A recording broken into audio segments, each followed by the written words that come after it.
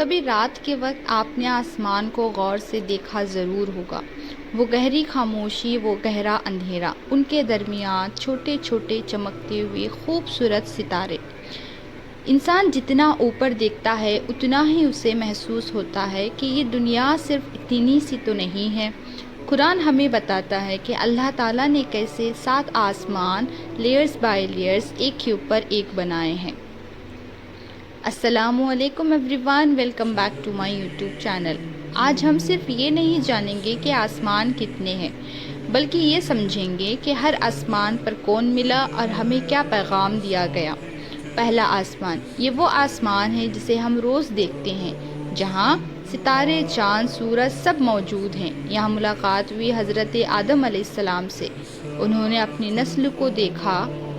وہ ہمیں یاد دلاتے ہیں کہ ہم سب ایک ہی نسل سے ہیں۔ پیغام یہ ہے کہ انسان کو اپنی نسل کبھی بھولنی نہیں چاہیے۔ دوسرا آسمان، یہاں سکون ہے اور عبادت کا احساس۔ یہاں ملاقات ہوئی حضرت عیسیٰ علیہ السلام اور یحییٰ علیہ السلام سے، دونوں نے نبی کا خیر مقدم کیا۔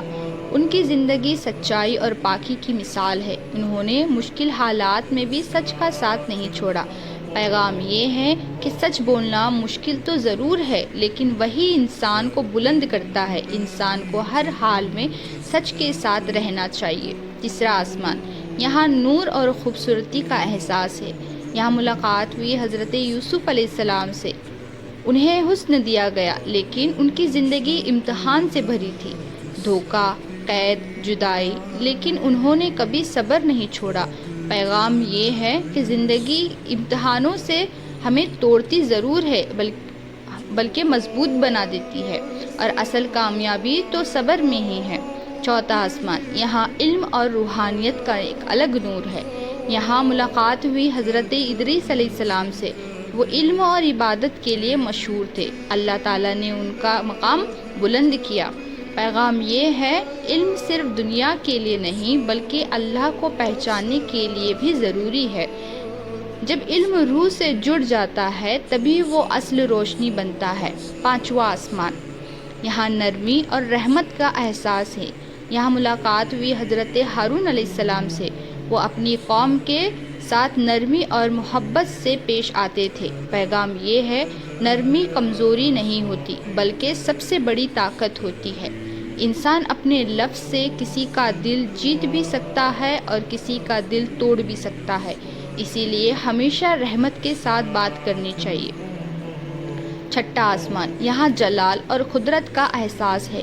یہاں ملاقات ہوئی حضرت موسیٰ علیہ السلام سے، جنہوں نے ظلم کے سامنے سچ بولا اور کبھی ڈر کے پیچھے نہیں ہٹے۔ ان کا مقام بہت بلند ہے۔ پیغام یہ ہے، حق کے لیے کھڑے رہنا ضروری ہے، چاہے مشکل ہی کیوں نہ ہو، سچ ہمیشہ جیتتا ہے۔ ساتواں آسمان، یہ سب سے اونچا آسمان ہے۔ یہاں ملاقات ہوئی حضرت ابراہیم علیہ السلام سے، وہ بیت المعمور کے پاس تھے۔ یہ وہ مقام ہے جہاں 70,000 فرشتے روز عبادت کے لیے آتے ہیں۔ پیغام یہ ہے، انسان جتنا بھی اوپر پہنچ جائے اسے اللہ کی طرف ہی لوٹنا ہوتا ہے، اور اصل کامیابی اللہ کے قریب ہونے میں ہی ہے۔ معراج کا سفر، جب حضور صلی اللہ علیہ وسلم رات کے اندھیرے میں معراج کے سفر پر بلائے گئے، یہ سفر ایک عام سفر نہیں تھا، یہ روح کا سفر تھا۔ مسجد الحرم سے شروع ہوا اور پھر مسجد الاقصیٰ تک پہنچا، وہاں سے آسمانوں کا سفر شروع ہوا۔ ہر آسمان پر ایک دروازہ اور ہر دروازے پر سوال، کون ہے؟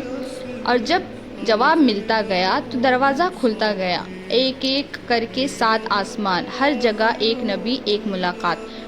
پھر ایک مقام آیا سدرۃ المنتہا، جہاں فرشتے بھی رک جاتے ہیں، اور پھر وہ لمحہ جہاں بندہ اپنے رب کے سب سے زیادہ قریب ہوتا ہے۔ یہیں سے نماز کا تحفہ ملا، 50 سے 5، لیکن اجر اتنا ہی۔ یہ صرف عبادت نہیں ہے، یہ مومن کی معراج ہے۔ جب انسان سجدے میں ہوتا ہے تو اپنے رب کے سب سے زیادہ قریب ہوتا ہے۔